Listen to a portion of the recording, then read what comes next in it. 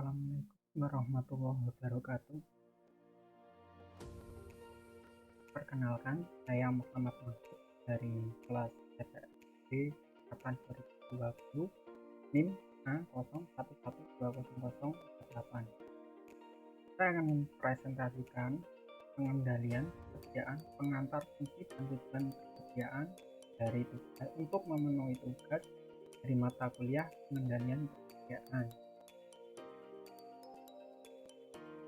Untuk pendahuluan, kita akan mengenali dari proses produksi pertama sampai ke bahan baku gudang, lalu ke proses produksi hingga akhirnya menjadi produk jadi seperti ini. Kenapa demikian harus dilakukan? Karena adanya unsur ketidakpastian dari permintaan yang mendadak. Karena dari buyer sendiri kadang ada yang menambah dari jumlah pemesanan atau pemesanan yang tiba-tiba dari perusahaan sendiri, jangan sampai menolak dari pemesanan tersebut. Lalu adanya unsur ketidakpastian dari supplier atau keterbatasan dari bahan tersebut. Juga adanya unsur ketidakpastian tentang waktu pemesanan atau waktu yang tidak pasti, bisa jadi pengiriman yang lambat atau hal-hal yang lain. Untuk tujuan persediaan sendiri ialah memberikan layanan yang terbaik untuk pelanggan, untuk memperlancar proses produksi, jadi tidak terhambat saat produksi tersebut, karena kan harus ada sirkulasi dari bahan awal, yaitu bahan sebelum menjadi proses jadi atau bahan mentah. Lalu untuk mengantisipasi kemungkinan terjadinya kekurangan persediaan atau stok, yaitu supaya tidak menghambat proses produksi. Yang terakhir, menghadapi fluktuasi harga.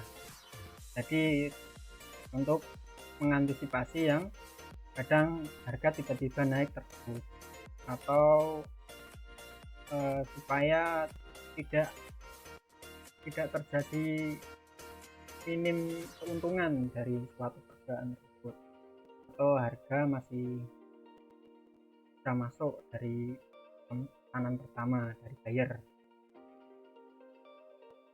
Sasaran akhir pengendalian persediaan menghasilkan keputusan persediaan yang menyeimbangkan tujuan persediaan dengan biaya yang dikeluarkan, yaitu meminimumkan dalam perubahan persediaan. Persediaan industri itu dibagi macam-macam, tidak bisa menjadi satu kesatuan. Ada persediaan bahan baku, persediaan pembantu, bahan dalam proses BIP, barang jadi, persediaan tentu saja. Misalnya seperti lem, terus perawatan untuk mesin kan tidak bisa menjadi tidak bisa disatukan, harus ada pengendalian tersendiri sendiri. Konsep dasar persediaan yaitu melakukan pemesanan sebelum berkontrak dengan buyer, harus menentukan kapan akan dipesan dari bahan persediaan tersebut. Jumlahnya pun harus dipesan dan kapan melakukan pemesanan kembali. Jadi harus ada takarannya dari dari tempatnya sendiri, kapasitas tempatnya dari perusahaan tersebut, memenuhi dari jumlah pemesanan atau tidak.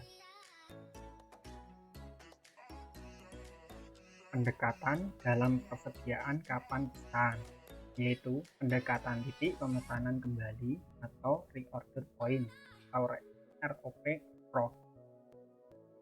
2. Pendekatan tinjauan periodic review approach.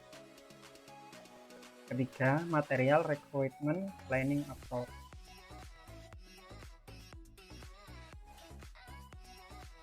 1.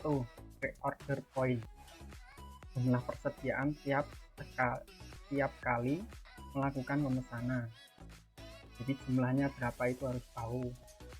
Jika persediaan mencapai tujuan tertentu, dilakukan pemesanan kembali. Jadi jika telah ditentukan minimumnya sampai barang itu sampai ke tempat perusahaan, itu harus mencapai jumlah tertentu. ROP dilakukan apabila persediaan cukup untuk memenuhi kebutuhan selama waktu tenggang pemesanan. Perlu pengecekan persediaan secara fisik atau penggunaan catatan secara teratur untuk menentukan kapan pemesanan harus dilakukan. Reorder point. Kita bisa lihat dari grafik tersebut per berapa, dalam waktu kurun berapa. Misalkan dari 1000 pemesanan pertama ialah jumlah 1000, lalu kurun waktu seminggu atau berapa sampai bisa dihitung per hari itu memakai bahannya berapa. Lalu di sini itu minimum sebelum pesan. Terus ini jumlah ini misalkan menghabiskan 100 dalam satu hari, maka di sini jumlah tersebut untuk menunggu waktu sebelum pemesanan atau sebelum barang tersebut datang. Jadi persediaan tetap terjaga dan tidak menghambat dari proses produksi tersebut. Periodic review approach. Jumlah persediaan ditinjau pada interval waktu yang sama. 2. Pada setiap tinjauan dilakukan pemesanan kembali dengan jumlah yang bervariasi agar persediaan mencapai jumlah yang diinginkan. Jumlah pemesanan kembali dilaksanakan pada jumlah maksimal yang ditetapkan untuk setiap item persediaan, cocok untuk pedagang, eceran atau swalayan. Periodic approach, keterangan ya seperti rumus ini. I yaitu jumlah pemesanan persediaan kembali. TPM tingkat persediaan maksimal. P sama dengan persediaan yang ada sekarang. CSP jumlah yang sedang dipesan, yaitu kita memesan berapa nanti itu jumlahnya berapa. PLT permintaan selama tenggang waktu pemesanan. Periodic review approach, unit persediaan maksimum, yaitu seperti grafik ini. Kalau A itu sama dengan persediaan yang kita miliki, jadi A ini jumlah persediaan yang masih kita miliki itu berapa. B sama dengan jumlah pemesanan, yaitu kita memesan dalam jumlah berapa, kita membutuhkan berapa, nah itu jumlahnya kita pesan berapa. Dan C ini stock out yang kedua. Pendekatan tersebut mengandung resiko. 1. Stock out terjadi apabila permintaan selama lead time melebihi jumlah persediaan, itu nanti kita akan kena penalti. 2. Stock out terjadi jika pesanan diterima melebihi jangka waktu lead time. 3. Requirement planning, sistem yang dirancang secara khusus untuk permintaan secara bergelombang yang dependen.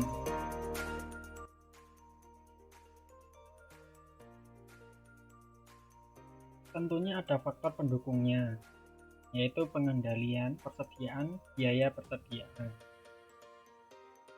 Biaya persediaan terdiri biaya pemesanan atau ordering cost. 2. Biaya penyimpanan, carrying cost atau holding cost. Biaya kekurangan persediaan, stock out cost. Biaya yang dikaitkan dengan kapasitas, biaya bahan atau barang itu sendiri. Biaya pemesanan, biaya yang dikaitkan dengan usaha mendapatkan bahan atau barang dari luar. Biaya pemesanan dapat berupa biaya penulisan pesanan, biaya pemrosesan pesanan, biaya material atau perangko, biaya faktur, biaya pengetesan, biaya pengawasan, dan biaya transportasi.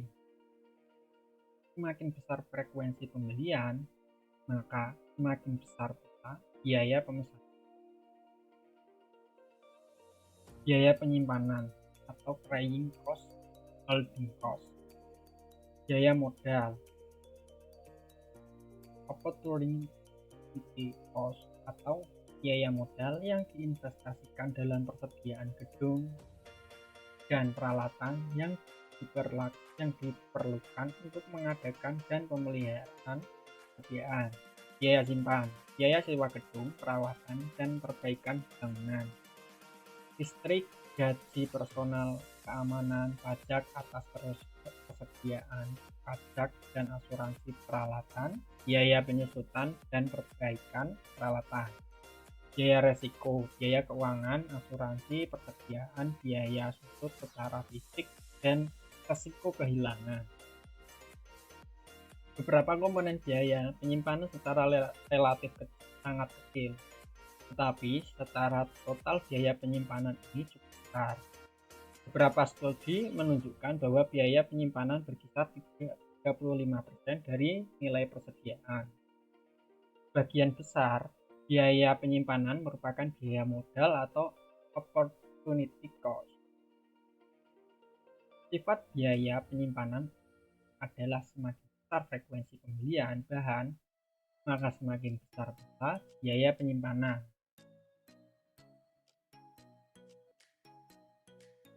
Grafik ini itu akan pas jika bertemu seperti ini. Lalu biaya kekurangan persediaan atau stock out. Biaya kekurangan persediaan atau stock out terjadi apabila persediaan tidak tersedia di gudang ketika dibutuhkan untuk proses produksi atau ketika customer lain memintanya. Biaya yang dikaitkan dengan stock out meliputi biaya penjualan atau permintaan yang hilang, atau biaya ini sangat sulit dihitung.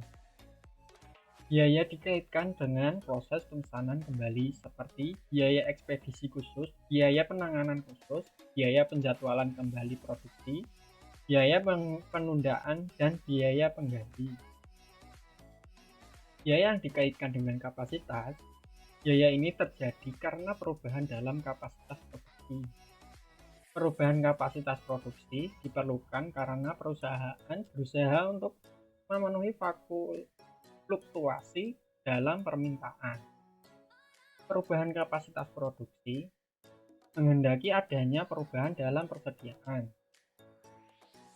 Biaya yang dikaitkan dengan kapasitas dapat berupa biaya kerja lembur untuk meningkatkan kapasitas, latihan tenaga kerja baru, dan biaya perputaran tenaga kerja atau labor turnover cost. Biaya bahan barang itu sendiri. 1. Biaya bahan atau barang adalah harga yang harus dibayar atas item yang dibeli. 2. Biaya ini dipengaruhi oleh besarnya diskon yang diberikan oleh supplier. 3. Oleh karena itu, biaya bahan atau barang akan bermanfaat dalam menentukan apakah perusahaan sebaiknya menggunakan harga diskon atau tidak. Terima kasih, sekian presentasi kurang lebihnya saya mohon maaf. Terima kasih.